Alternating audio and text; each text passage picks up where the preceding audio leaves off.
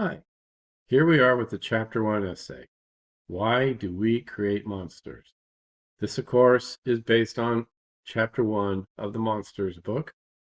And you see, first of all, a series of bullet points with author names and question numbers. We'll talk about that in a few minutes. There's also an alternative question. Again, we'll talk about that in a few minutes. But first, I'd like to start with some of the basic things. For instance, due dates.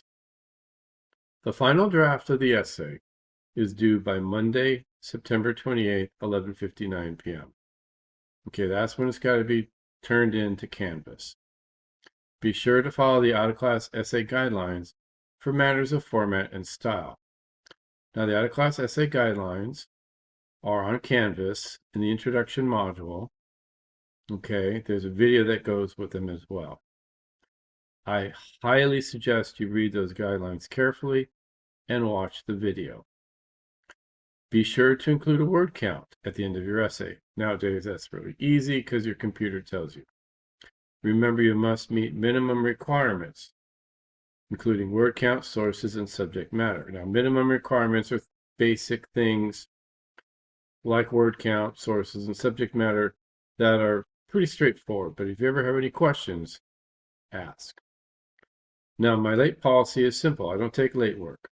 No late essays will be accepted without a verifiable medical excuse or legal issue. Something that can be verified, proven, if you will. Otherwise, no, sorry. Now, we don't just write the final draft. We're actually going to take it in steps. The first step is the submission of a thesis statement and topic outline. The thesis and topic outline should be submitted to Canvas by Tuesday, September the 8th, 11:59 p.m. Monday is a holiday. Please have MLA citation entries for one source. The source may be from our textbook. A participation grade will be assigned for this. Now, if you're looking for instructions on what the thesis statement and topic outline should look like, there is a sample in the Chapter 1 module. Please look at that sample, study it carefully, because that's how I'd like it to be done. MLA citation entries are also, you also have some help with those in Canvas as well. Please check them out. There is, in particular, a handout for sources in our textbook, and that would be very helpful here for Chapter 1. Now, that happens on September the 8th. Those thesis outlines will be reviewed, and in the meantime, you should be working on building your essay. Now, eventually, the class will be divided into workshop groups. Depending on how many students there are in the class, there could be as many as 6 workshop groups. I will post instructions on how to get to your workshop group Canvas page. So every workshop group has its own special mini Canvas page, if you will. You submit your rough draft to your Canvas workshop group and to me by Wednesday, September 23rd, 11:59 p.m. Now, I will make sure that you have instructions, literally keystroke by keystroke type instructions on how to submit your rough draft. So that's September 23rd. Then you have 2 days to read the rough drafts submitted by your peers and fill out a peer editing sheet for each of them. So pretend there are 4 people in your group. You did 1 rough draft. They did 3. So you will read their 3 rough drafts, fill out peer edit sheets, and submit them back to the workshop group so they can be read by others, but also to me by Friday, September 25th, 11:59 p.m. If you look at the module, you'll see that the peer edit sheets are already included there. Now, the minimum requirements for this first paper. The length should be at least 1,000 words, topping out approximately 1,400 words. Okay, now that's a loose top end. but I'm trying to say, hey, don't turn in a 4,000-word essay. Strong essay structure, including introduction, concession, rebuttal arguments, main body, and conclusion. Now, these issues, these essay structures, if you will, are talked about in the standard argumentative essay handout in video that, again, you will find in the module, the introduction module on Canvas. You will need to have citations from at least 2 sources. One of those sources, of course, can be an essay from our textbook, Monsters. And that means one other maybe outside of our textbook. Could be a movie, could be a website, could be a book, could be a magazine article. There's all kinds of things it could possibly be. Okay. MLA format and presentation and documentation, including correct works cited list. Refer to the handouts and videos on Canvas for correct MLA format or the current edition of the MLA handbook itself, should you by any chance happen to have that. Okay, so that's the basic stuff. What are you going to write about? Well, in chapter 1, we have a series of essays. For example, the very first essay is called Why We Crave Horror Movies by Stephen King. Okay, there's a reason it's the first essay in the book. It sort of starts to address this whole issue of monsters right from the very beginning. Now, after the essay, there is a series of questions. One of those questions is Making Connections, question 7. Now, I'm not going to read the questions for the purposes of this video, because it'll just take me too long. That's the reason why you have the book. But for each of the authors, you have 1 or 2 questions. You can choose one of these, okay? So we have about 10 questions here. Choose one of them. So Stephen King, as I said, is first, and his essay is all about why we crave horror. And the idea that Stephen King proposes is that we all have something inside of us. Freud called it the id. There's these antisocial, anti-civilization emotions, and usually we repress them, right? We have to push them down, otherwise we wind up in jail or worse. But King argues every now and then we need to let that out. And the horror movie or the horror novel does that. That's why it's there. Now, the second article we have in our book is a piece of Frankenstein, The Modern Prometheus by Mary Shelley.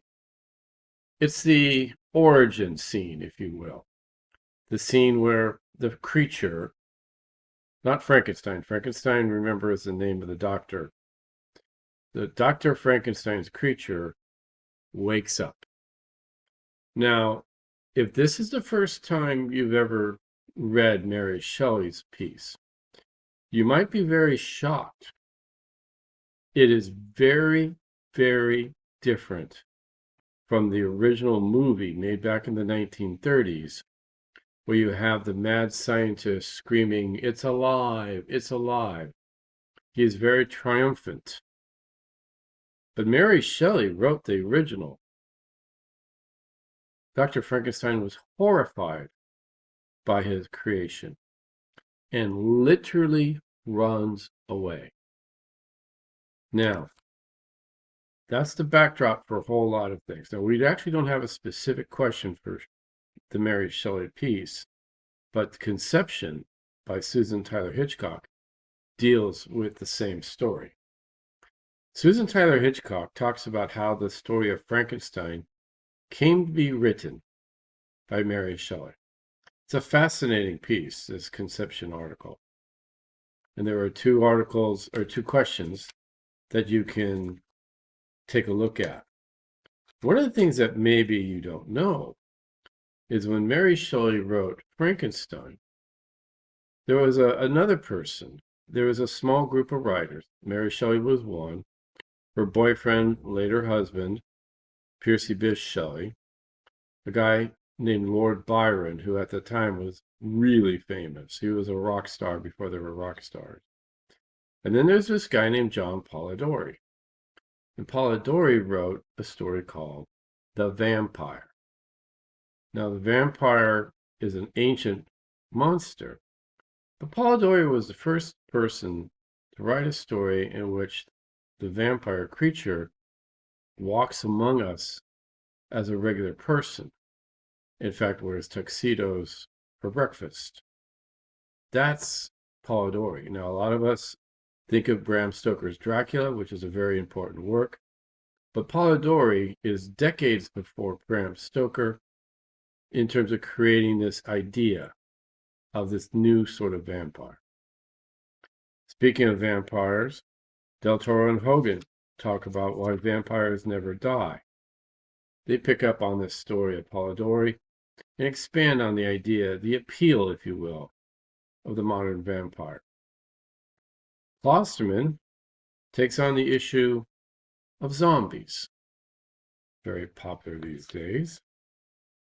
Brothers, he looks at Godzilla, connecting it to the atomic bombs that were dropped on Hiroshima and Nagasaki and the devastation that those bombs really created. Moore talks about the internet, a new sort of monster, if you will, or maybe I should say a home for monsters, what he calls the Momo Challenge, right? The digital age creates its new monsters. Asma ties it all together in a piece called Monsters and the Moral Imagination, which he argues that our fear of monsters actually helps us deal with real life. If you don't like any of those questions, you also have the alternative question. Consider the issue of creating monsters as a function of human fear. Choose a monster that is largely forgotten in today's world, such as from an ancient civilization of your own choosing. Argue how that monster functioned and why the fear it embodies is no longer experienced, or at least no longer experienced in the way that made it relevant in the past.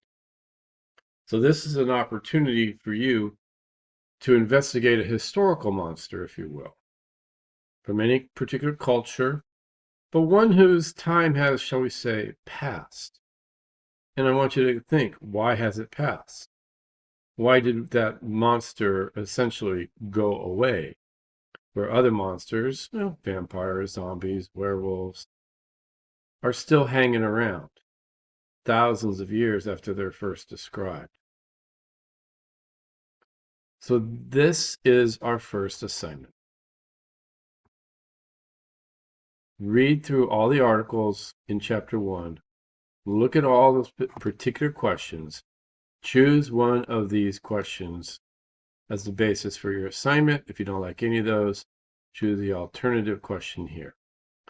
By the way, just a side note, do not be confused with the discussion questions. The discussion questions are also connected to questions in the book, but they are different questions. I do not choose any repeats. The questions that we write about in the discussion threads are not the same as the questions that you may write about for the actual essay. Okay, just so we're clear on that. Good luck and have some fun.